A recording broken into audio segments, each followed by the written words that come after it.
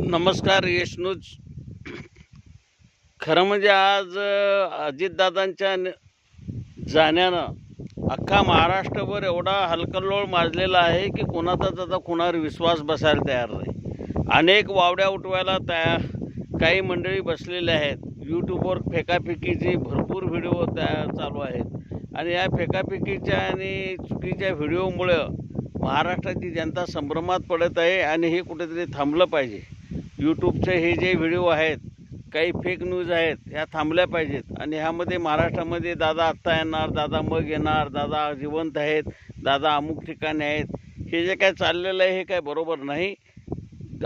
महाराष्ट्राचे मुख्यमंत्री देवेंद्र फडणवीस साहेब हे आता राज्याचे गृहमंत्री आहेत आणि मुख्यमंत्री आहेत. त्यांनी या सगळ्या गोष्टीवर कुठेतरी आवर घालण्याचा प्रयत्न कसोशीने केला पाहिजे आणि चुकीच्या वावड्या उठवणाऱ्यांना आणि चुकीचं व्यक्त होणाऱ्यांना कुठेतरी पायबंद घातला गेला पाहिजे.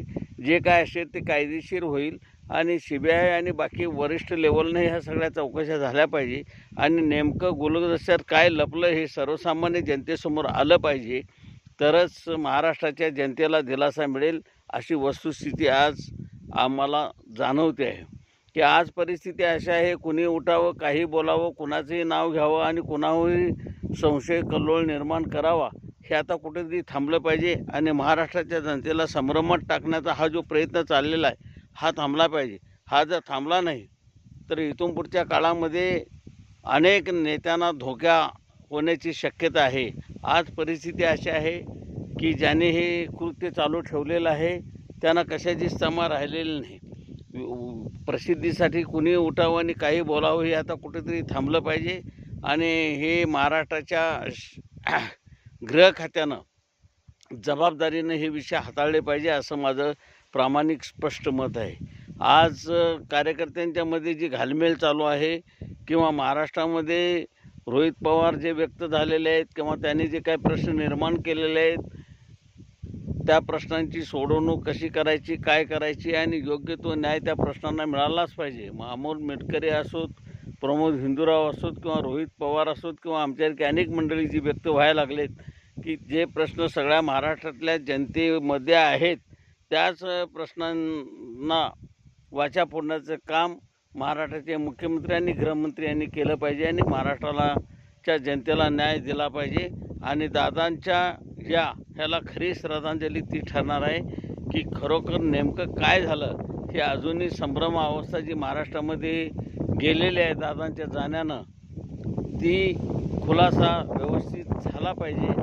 आणि नेमकं काय घडलेलं आहे, घातपात आहे की अपघात आहे, ही जी घालमेल अवस्था जी आहे, आम्ही म्हणतो घातपात झालेला आहे, काही मंडळी म्हणत आहेत अपघात आहे.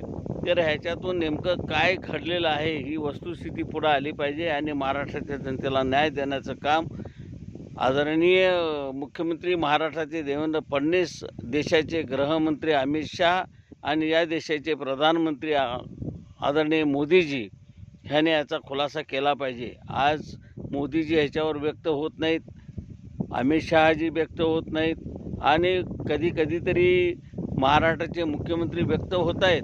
पण त्यामुळं संभ्रम अवस्थेला जागा निर्माण होत आहे. फक्त राज्याचे मुख्यमंत्री आणि गृहमंत्री ह्याच्यामध्ये व्यक्त होऊन चालणार नाही, तर या वरिष्ठ मंडळींनीसुद्धा ह्याच्यामध्ये वरच्या लेवलनं व्यक्त झालं पाहिजे आणि हा जो संभ्रम जनतेमध्ये पसरलेला आहे हा बाजूला केला पाहिजे अशी माझी या व्हिडिओच्या माध्यमातून विनंती आहे.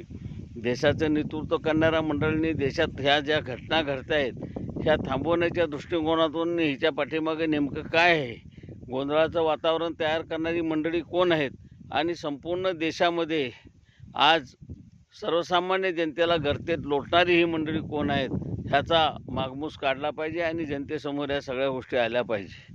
आज बरीच मंडळी म्हणत आहेत की विमानाची वॉरंटी पिरियड संपलेला होता, मेंटेनन्स बरोबर नव्हता आणि त्यामुळं हा घोटाळा झालेला आहे. काही मंडळी म्हणत आहेत जाणीवपूर्वक हा घोटाळा केलेला आहे. काही मंडळी म्हणत आहेत हा अपघात आहे, असं काही झालेलं नाही. तर हे नेमकं काय झालेलं आहे हे वरिष्ठ पातळीवरून त्याची चौकशी झाली पाहिजे आणि महाराष्ट्राच्या जनतेसमोर हे जे प्रश्नांकित हे जे तयार केलेलं आहे, आता गेले 3-4 मुलाखतीमधून वेगवेगळ्या पद्धतीनं रोहित पवार व्यक्त होत आहेत.